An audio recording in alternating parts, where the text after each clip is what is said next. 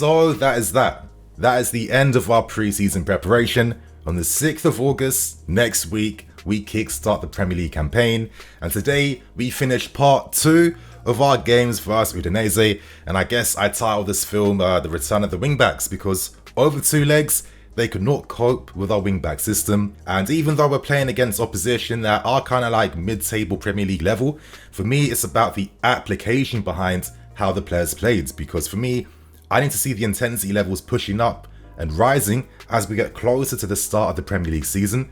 And I saw those details in the previous game last night and the same game this morning. This morning was an opportunity for Tuchel to test the rest of the squads and the team out. And we saw more standout performances in this game today, most notably from Kovacic and Loftus-Cheek as well too. So I'm a happy guy. I'm seeing positives, and as I said yesterday, I was scared for the start of the season because I thought our fitness was just like a level down, but it seems to be something that isn't something to worry about anymore. And today, we won this game courtesy of 2 goals scored by Ruben Loftus-Cheek, as well as a Hakim Ziyech penalty, which was won by Ruben as well too. We should have got a lot more goals, similar to the game last night. But for me, one positive to take is the fact that there seemed to be more variety behind our chance creation. Our attacking play was not as one-dimensional as I tend to see. You know, a lot of times it's just crosses inside the box, and that tends to be that. But over 2 legs now, it feels like maybe there's a bit more understanding behind the positions, the speed in which players have to, enter spaces, and the combination play as well too, which for me is a big thing I need to see more development and understanding of the system. And right now, I don't feel as worried for the start of the season as I once was. So in today's video, you guys, I want to break down the 4 key talking points from this match. I hope you guys enjoy. Again, please give me some feedback on this new format in which I'm doing match reviews. I want to see if you guys prefer it like that, or prefer me just like speaking from my dome and just giving my pure reaction. So let me know. And without wasting any more time, I think the first thing to start off with is talking about our midfields, because wow, over 24 hours, the performances I've seen from every midfield player has made me very impressed.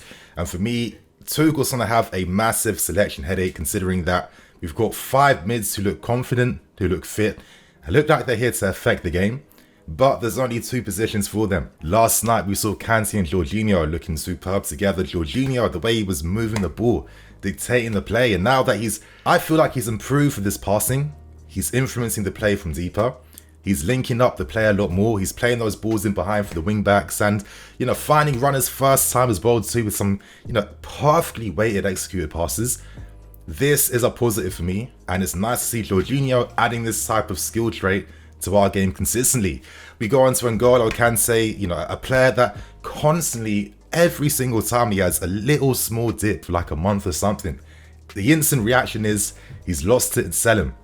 It's made no sense to me. I don't know why this only applies to Kante and not to everyone, but this is why it looks silly when you fall into that same trap of thinking, and this is why you have to be patient and consider that the guy's a human being. He scored a great goal yesterday with his left foot, something that Kante has in his game, but we need to see more of that.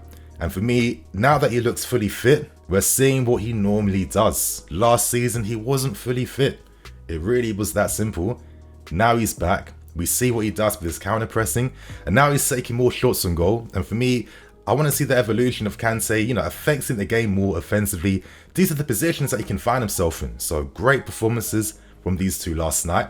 But now moving on to this game though, Kovacic coming in, as he made the game very enjoyable for me. Of course, those skills, those dribbles, the directness, and that ability to just receive under pressure every single time, adding composure in areas that shouldn't be there. He played an excellent assist to Loftus-Cheek. He was constantly probing with his passes and speeding up the tempo of our play, which is a big, important factor for us.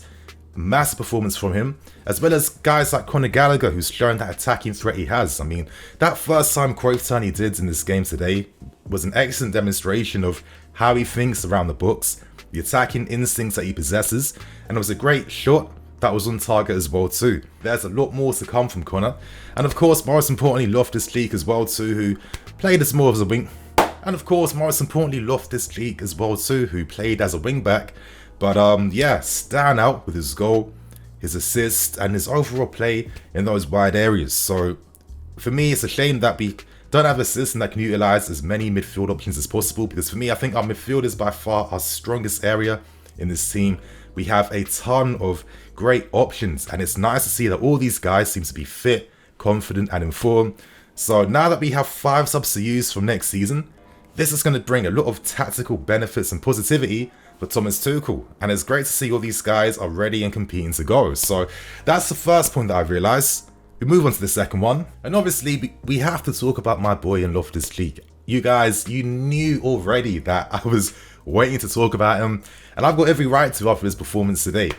Now, he did play as a wing-back, and what I find interesting about wing-back is that for me, wing-backs in general, and especially in Tuchel's system, it's a very fluid type of role. All wing-backs are wide midfield players, you know, their ability to affect the game in the final third, in our half, etc, etc. I feel like essentially we have to look at wing-backs as like the player that is always the extra option for the overloads. And LOFTUS today demonstrated why he can be a top prospect in this position, as it kind of does complement his best traits in his game. We know that LOFTUS is amazing 1v1, he has top acceleration, he has great upper body strength, which he now uses when he's running at his man. I feel like his efficiency in the final third doesn't get spoken about enough, and if man was able to take advantage of the assist that Ruben makes, I'm sure most people in the fan base would see him differently and be like, oh wow, he actually does provide creative options in the final third. But for me, it was the understanding of the role. When he was playing in this system, there's a lot of times when LOFTUS is inverting, and when he inverts, it's essentially like he becomes like another option in a 3-man mid down that right hand side. And do you get what I'm saying now about the wing-back system? And you know, maybe we shouldn't see it as a role where it's only like, I don't know, attacking fullbacks and defensive wingers. I think it's a lot more than that. And I think that with the options we have in this team, we can find creative solutions depending on the opposition we're actually playing against. You know, LOFTUS was timing his underlapping runs to a T. Timing those overlapping runs to a T as well too. You know, there's a lot of times he was breaking ahead, freeing up space for someone like a Hakim Ziyech to get on the ball and do his thing as well too. And when he was making those underlapping runs in behind, they couldn't stop him down that right hand side. And this is where you can see his proficiency in the final third. I've always felt like Ruben has this X factor in his game. Now that he's fully fit, you really see it in abundance even more. In the final third, he has that X bit of composure to hold onto the ball a little bit more, or do a nice little bit of skill to delay things by a second to create that little bit of space to play the right pass and do the right thing. And today we saw an abundance of creative options he was able to provide. I mean, not only was crosses inside the box, a lot of different ones very good, he was playing them near post, he was playing them far post. A lot of times he was using his skilled and dribbling techniques, literally just drive through the middle, attracting opponents towards him to then set up teammates around him. And I think obviously just the timing of the runs too. I mean, the first goal you scored, excellent pass from Kovacic, and this is what I want to see good players doing. You are taking advantage of that assist and you're scoring beautifully as well too to match the pass that you received. That little lofted effort over the top was a bit of, you know, nice finishing skills that we weren't seeing throughout the game. But it was great to see Ruben doing that, and of course winning the penalty as well too in a similar situation. Considering that wing-backs really are just like auxiliary wide midfield players, and that Ruben is like more of a box-to-box threat, it does seem like it makes a lot of sense. Based on the fact that he isn't used as just like a traditional stay out wide and go up and down type of wing-back. So he could provide some very interesting options, especially if he's combining up alongside Reece James too. So let's see what happens, but today I'd probably say that LOFTUS was the man of the match, followed very closely by Kovacic after him. So right now, let's move on to the third talking point, and we have to talk about our young Diego Costa in Armando Broja. Now, a lot of us in the fan base have been waiting to see what he does, and for me, I thought he had a promising performance. The main disappointing thing though was that he didn't score. He had some great opportunities to do so. Very unlucky. Let's not forget the chance at the start of the game from a set piece where, you know, it kind of came off the opponent and hit the post, very close to going in. There was a perfectly timed, beautiful pass, one of the best type of passes that strikers are waiting for, that he didn't connect properly with, and he should have easily converted that. And I think naturally maybe some of the inconsistency with the finishing is based on the fact that he hasn't played as many games with his teammates. But I think that he showed the promise in terms of what he can bring, what he can do.